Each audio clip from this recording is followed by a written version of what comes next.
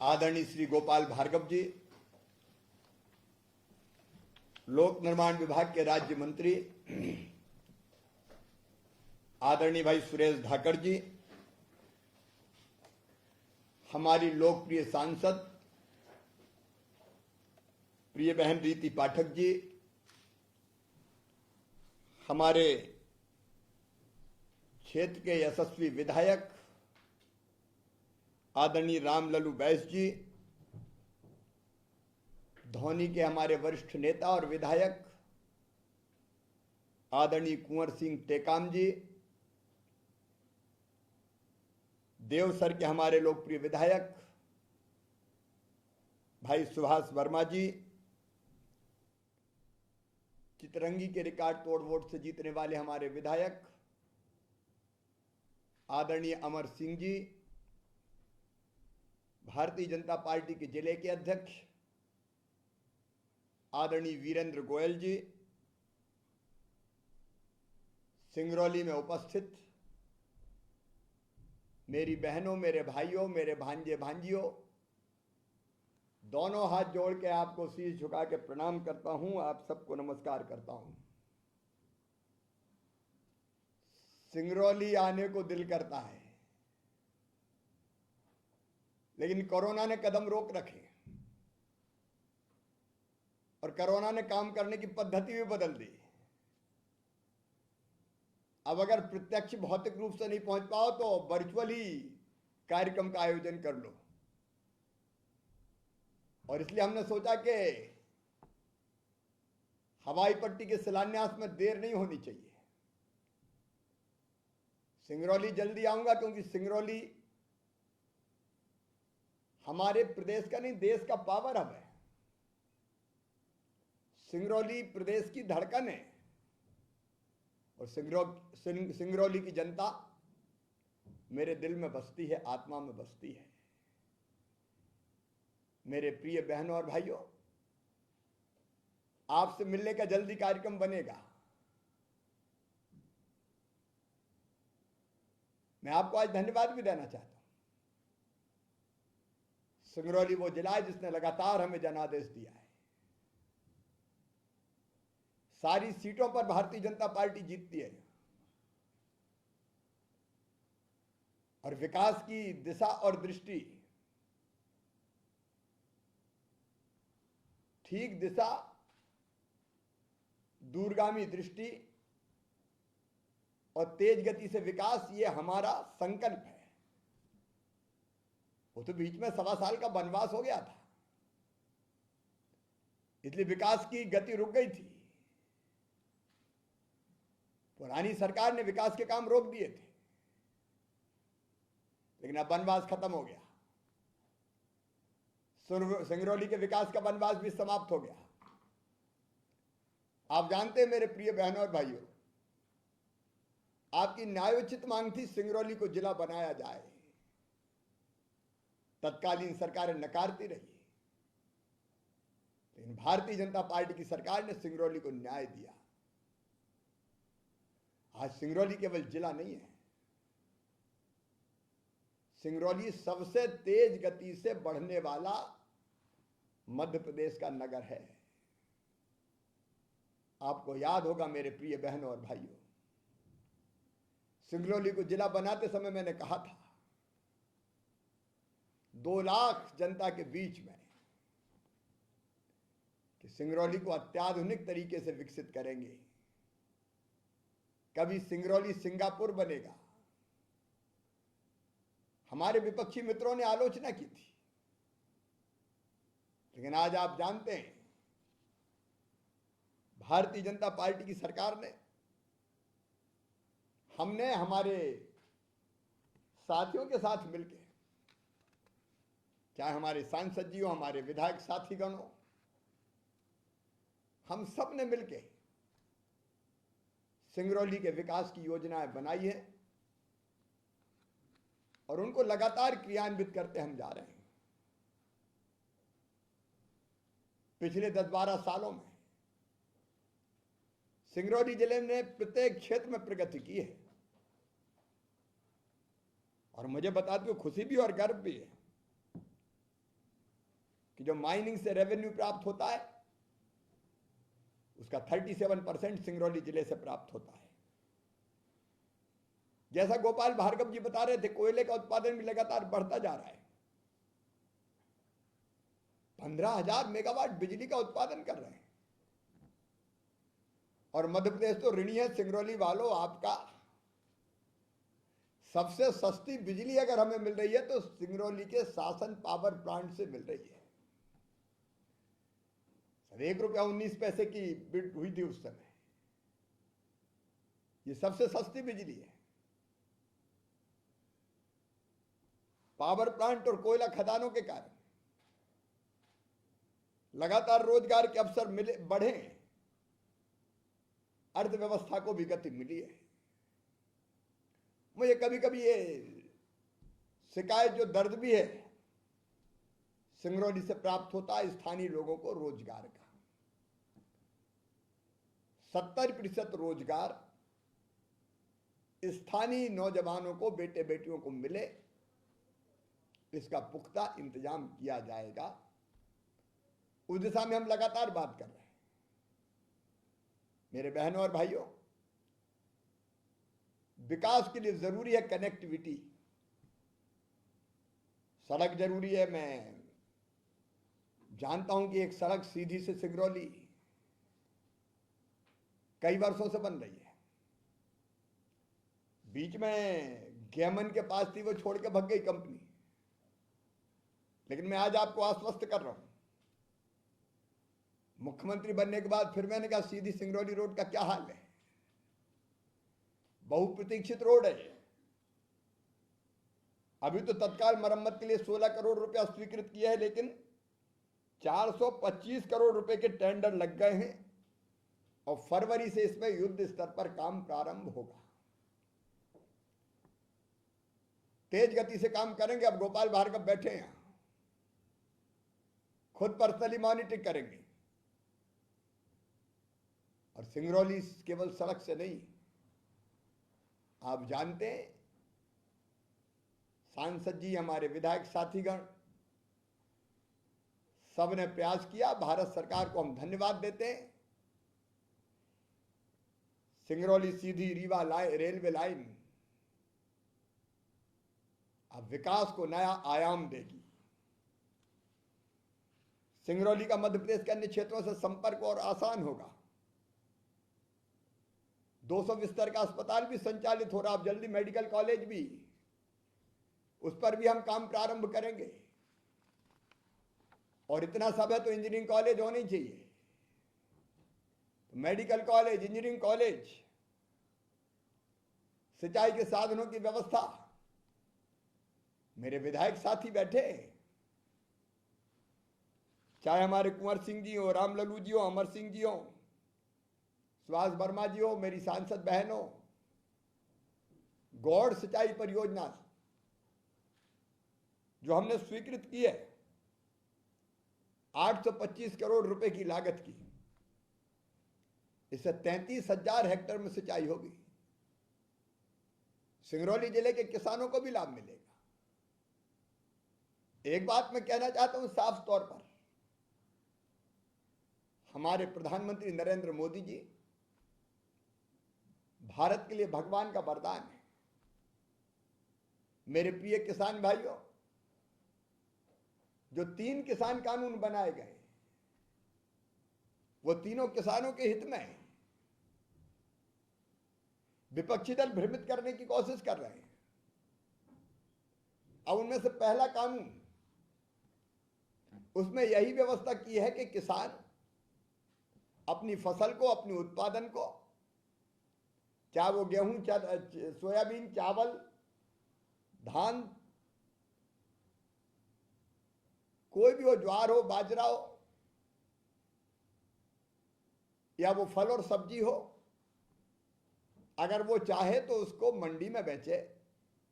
मंडी बंद नहीं की जा रही। मंडियों की अधोसंरचना को और बेहतर बनाया जा रहा है।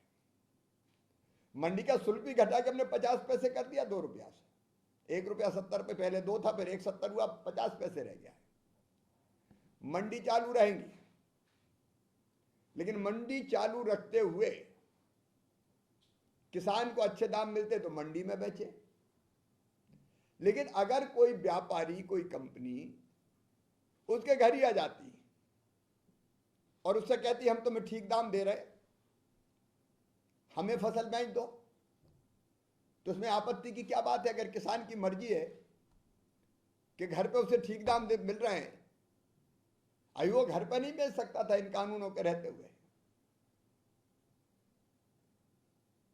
अगर कोई व्यापारी खरीद लेता था तो ट्रक पकड़ लिए जाते थे। अब ये किसान की मर्जी, वो चाहे बाजार में जाके बेचे, मंडी में जाके बेचे, चाहे घर पे बेचे। अगर कोई धान के मिलिंग करने वाला, राइस मिल का मालिक सीधे उससे खरीद रहा अच्छे दाम देके, तो बीच में बिचौलिए की जरूरत क्या है? अगर कोई एक्सपोर्टर उसकी फल, सब्जी, अनाज खरीद के एक्सपोर्ट कर रहा है और एक्सपोर्टर सीधा खरीद रहा है उससे, अच्छे दाम दे रहा है, तो किसी को आपत्ति क्या है?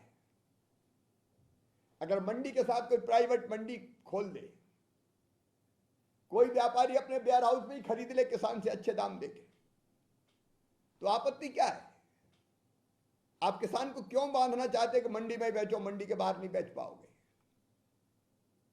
अरे मंडी के अलावा विकल्प दो, जहां अच्छे दाम मिलेंगे वहां किसान बेचेगा। और प्रधानमंत्री श्रीमान नरेंद्र मोदी जी का मैं अभिनंदन करता हूं, उन्होंने यही काम किया है। जहां मर्जी हो बेचो, जहां अच्छे दाम मिले वहां बेचो। कोई हमें मजबूर कैसे करेगा कि हम मंडी में ही बेचें? और मंडी में और बाहर जब प्रतिस्पर्धा होगी, व्यापारियों में प्रतिस्पर्धा होगी कि तुम ये दे रहे हो तो मैं इस दाम पर खरीदूंगा, तो निश्चित तौर पर किसान के उत्पादन के दाम बढ़ेंगे। हमको ये समझ में नहीं आता इसमें आपत्ति क्या है किसी को? ये कानून किसानों के हक में, कीमत इससे बढ़ेगी किसी उत्पाद की। दूसरा कॉन्ट्रैक्ट फार्मिंग का है। अगर मेरे पास कोई कंपनी, कोई व्यापारी आता है कि आपकी धान हम इस भाव पे बोते समय ही तय कर लेता है कि इस भाव पे खरीदेंगे हम, अगर वो मुझे 2000, 2500 रुपया दे रहा है और मुझसे कह रहा है कि पैदा कीजिए, और मैं उससे कांटेक्ट कर लेता हूं, मुझे लगता है कि इसमें जो दाम मिल रहा है मुझे फायदा है। कांटेक्ट मजबूरी नहीं है, मेरी मर्जी। अगर कोई मुझे ठीक दाम दे रहा है बोते समय और तय करता है, समझौता करता है, आपत्ति क्या है साहब किसी को? और जो दाम वो तय कर लेगा, मान लीजिए सोयाबीन के 4000 रुपया कुंटल, तो 4000 रुपया कुंटल खरीदना पड़ेगा। बाद में भले कीमत कम हो जाए तो भी उस कंपनी को, व्यापारी को खरीदना ही पड़ेगा उस कीमत पे। और अगर दाम बहुत बढ़ गए तो किसान उस समझौते के बाहर निकल भी सकेगा, इसका क्लॉज भी है उसमें। अब इसमें किसी को क्या आपत्ति है? कल ही होशंगाबाद के पिपरिया जिले में एक राइस कंपनी ने किसानों से 3000 रुपया कुंटल खरीदने का अनुबंध किया था बोते समय, कि तुम्हारी बासमती धान हम खरीदेंगे, 3000 रुपया देंगे पर क्विंटल। किसानों ने कांटेक्ट कर लिया, समझौता कर लिया। यही कांटेक्ट फार्मिंग है। और बाद में व्यापारी ने आनाकानी की, मोबाइल बंद कर लिया। दिल्ली की कंपनी थी। हमने इस कानून के आधार पर त्वरित कार्रवाई की और कंपनी के लोगों को खड़ा होना पड़ा एसडीएम के सामने, और 3000 रुपए में धान खरीदना पड़ा। यह उदाहरण है। किसानों को ठीक दाम दिलाने का यह कानून नहीं होता तो नहीं मिलता, भाग जाता कंपनी वाला। अब इसमें क्या नुकसान है, कोई बताए तो किसानों का। और तीसरा कानून है, अभी स्टॉक लिमिट लगी रहती थी व्यापारी में, इतने से ज्यादा चावल नहीं रखोगे, इससे ज्यादा आलू नहीं खरीदोगे, इससे से ज्यादा प्याज नहीं खरीदोगे। क्यों नहीं खरीदेंगे साहब? स्टॉक लिमिट काय के लिए? और स्टॉक लिमिट लग जाती है तो बिकता नहीं है, फिर व्यापारी उससे ज्यादा रख नहीं सकता, तो कीमत गिर जाती है। मोदी जी ने क्या किया, भारत सरकार ने क्या किया? ये तय कर दिया कोई स्टॉक लिमिट नहीं होगी, जितना चाहे व्यापारी कंपनी खरीदे। अब ज्यादा खरीदेंगे तो रेट ज्यादा मिलेंगे, ये तो सामान्य समझ की बात है भाई, इसमें किसी को क्या आपत्ति हो सकती है। और इसलिए मैं दावे के साथ कहता हूं ये तीनों कानून किसान हितैषी है, इससे किसानों को फायदा होगा। इनका विरोध तर्कसंगत नहीं है और कई राजनीतिक दल कूद पड़े हैं। अब तो अब ये कांग्रेस जब इसकी सरकार यूपीए की थी तब वकालत करती थी, मैनिफेस्टो में लिखती थी कि हम कृषि सुधार के लिए कानून लाएंगे। शरद पवार मुझे चिट्ठी लिखते थे, मुझे 2011 में कि ये बनने चाहिए कानून, और अब सब विरोध कर रहे हैं। तुम करो तो पुण्य और हम करें तो पाप। ये दोगली नीति नहीं चलेगी, दो मोहापन नहीं चलेगा, पाखंड नहीं चलेगा। हम किसानों के लिए, गरीबों के लिए, आम जन के लिए प्रतिबद्ध हैं। ये प्रधानमंत्री नरेंद्र मोदी जी जिनने प्रधानमंत्री किसान सम्मान निधि दी किसान 6,000 रुपया, छोटा हो, मझोला हो, बड़ा हो। हम मुख्यमंत्री बने तो हमें भी लगा, क्योंकि जब मैंने सूची दिखवाई तो पता चला कांग्रेस की सरकार ने तो पूरी सूची नहीं भेजी थी किसानों की, पैसे ही नहीं मिल पा रहे थे उसके कारण। जब वो सूची देख रहा था तो मेरे दिल में भी आया कि शिवराज चौथी बार बनाए, 4,000 जोड़ दे रे। तुमने 6,000 में 4,000 और जोड़ के 10,000 देने का तय कर दिया। 1 एकड़ का किसान हो, आधे एकड़ का किसान हो, 10,000 तो मिलेगा ही। संबल योजना फिर से गरीबों की चालू कर दी। फसल बीमा योजना हो, चाहे राहत की राशि हो, चाहे फिर से 0% ब्याज पर कर्जा देना हो, भारतीय जनता पार्टी की सरकार ने आते ही किसानों के हित में और गरीबों के हित में सारी योजनाएं चालू कर दी है। एक तरफ जनता की कल्याणकारी योजना है। मैं एक बात और कहना चाहता हूं, हमारे माननीय जनप्रतिनिधियों के साथ प्रशासनिक अधिकारी भी मांगेंगे स्ट्रीट वेंडर जैसी योजना। हमारे गरीब भाई, फल बेचने वाले, सब्जी बेचने वाले, चाय बेचने वाले, पान बेचने वाले, जूते चप्पल ठीक करने वाले, अलग अलग छोटे मोटे सामान बनाने वाले, छोटे मोटे किराने की दुकान वाले, बड़े कुम्हार, लोहार, बसोड़, छोटे छोटे व्यवसाय करने वाले। कोरोना के दौरान इनका बिजनेस समाप्त हो गया था। मोटी ब्याज देके ये कर्जा लेकर काम करने की कोशिश कर रहे थे। स्ट्रीट वेंडर योजना के अंतर्गत इनको 10,000 रुपए की राशि दी जा रही। मध्य प्रदेश में 2 लाख से ज्यादा भाई बहनों को हम दे चुके हैं।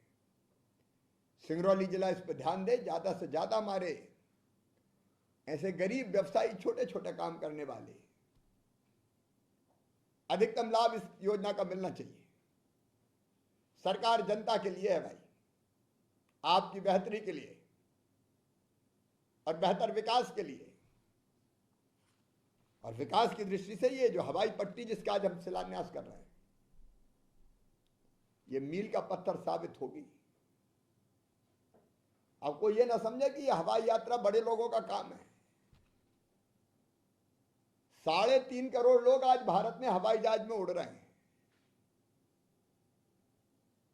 और अब किराए भी धीरे धीरे इतने कम होते जा रहे हैं कि हवाई चप्पल पहनने वाला भी हवाई जहाज में बैठे। अरे गरीब आदमी को भी हवाई जहाज का आनंद लेने दो।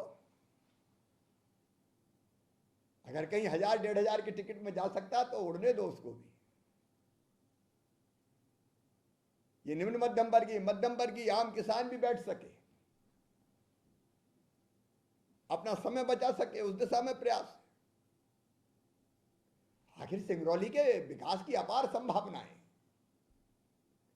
लेकिन जब भी किसी उद्यमी से बात होती थी, उद्योगपति से, तो एक ही बात सामने आती थी, हवाई पट्टी नहीं है, कनेक्टिविटी नहीं है, पहुंचे कैसे।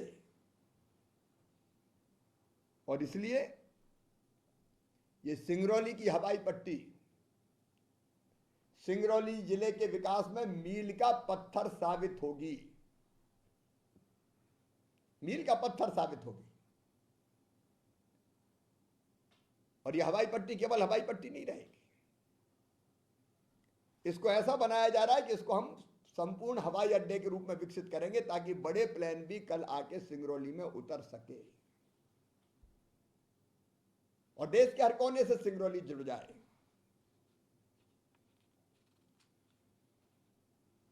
और जैसा गोपाल जी ने कहा ही अपने भाषण में, आप लोगों ने भी अपनी स्पीच में कहा, पर्यटन की अपार संभावनाएं, फिर लोग हवाई जहाज होंगे तो और ज्यादा संख्या में आएंगे, टूरिज्म बढ़ेगा और उसके कारण और रोजगार के अवसर सृजित होंगे। और इसलिए हवाई पट्टी प्रगति और विकास की अपार संभावनाएं लेके आई है। इसलिए मैंने भी सोचा, राम लल्लू जी ने मुझे कहा था कि आके ही करो। मैंने कहा अब इसमें देर नहीं करें भाई, ये तो कर दें वर्चुअल ताकि काम जल्दी शुरू हो जाए। अब बाद में आके कोई और कार्यक्रम करेंगे। हवाई पट्टी का निर्माण गुणवत्तापूर्ण हो, बेहतर हो, इसका ध्यान पीडब्ल्यूडी विभाग रखे और निश्चित समय सीमा में पूरा काम हो जाए तो सिंगरौली में भी हवाई पट्टी पर विमान छोटे, लेकिन इसको हवाई अड्डा ही बनाना है हमें, तो बाद में बड़ा हवाई अड्डा बन जाए और सिंगरौली वालों अपनी सिंगरौली को एक आदर्श स्मार्ट सिटी के रूप में विकसित किया जाएगा। आप चिंता मत कीजिए, विकास के लिए हमारी प्रतिबद्धता है। सिंगरौली के सभी बहनों और भाइयों को बहुत शुभकामनाएं। इसी संदेश के साथ कि जब तक कोरोना है तब तक मास्क ही बचाव है। वैक्सीन जल्दी आने वाली है, लेकिन जब तक वो वैक्सीन नहीं लग जाए तब तक भैया मास्क जरूर पास रखना, सोशल डिस्टेंसिंग बनाए रखना, हाथ साफ करते रहना। आजकल कोरोना का डर थोड़ा कम हो गया है तो मास्क गायब हो रहे हैं, लेकिन मैंने भी अभी उतारा है, वैसे लगा के रखता हूं मैंने देखा सांसद जी भी मास्क लगाए थे पहले और विधायक साथी भी अब मास्क दिखा रहे हैं, इसके बाद तुरंत आप लगाना। देखो हम लगाएंगे तो दूसरों को प्रेरित करेंगे, नहीं उन्हें वो कहेंगे जब विधायक जी नहीं लगा रहे तो हमें क्या लेना देना। सावधानी में ही बचाव है। मैं सभी सांसद जी, विधायकगण, सभी जनप्रतिनिधियों को बधाई देता हूं। आपके साथ मिलकर हम सिंगरौली को तेज गति से आगे बढ़ाएंगे, जनता के स्नेह से, प्रेम से, आशीर्वाद से। और एक बात जरूर है कि माफियाओं के खिलाफ इस समय अभियान चल रहा है पूरे प्रदेश में। अपनी सरकार जनता के लिए फूल से ज्यादा कोमल, दुष्टों के लिए वज्र से ज्यादा कठोर है। प्रशासन वो भी देख ले, कोई गुंडे, बदमाश, माफिया, भूमाफिया कोई भी हो, उनको छोड़ना नहीं है। एक बार फिर मैं सिंगरौली की जनता को शुभकामनाएं देता हूं। मेरे जनप्रतिनिधि साथियों को, सांसद जी, विधायकगण, सबको बहुत बधाई देता हूं। और गोपाल जी, उनका विभाग, सुरेश जी भी बैठे, तेज गति से गुणवत्तापूर्ण काम करवा के सिंगरौली को विकास की नई सौगात देगा। जल्दी आके प्रत्यक्ष रूप से आपसे मिलूंगा। आप सबको एक बार फिर दोनों हाथ जोड़ के शीश झुका के प्रणाम करता हूं। बहुत बहुत धन्यवाद। नमस्कार।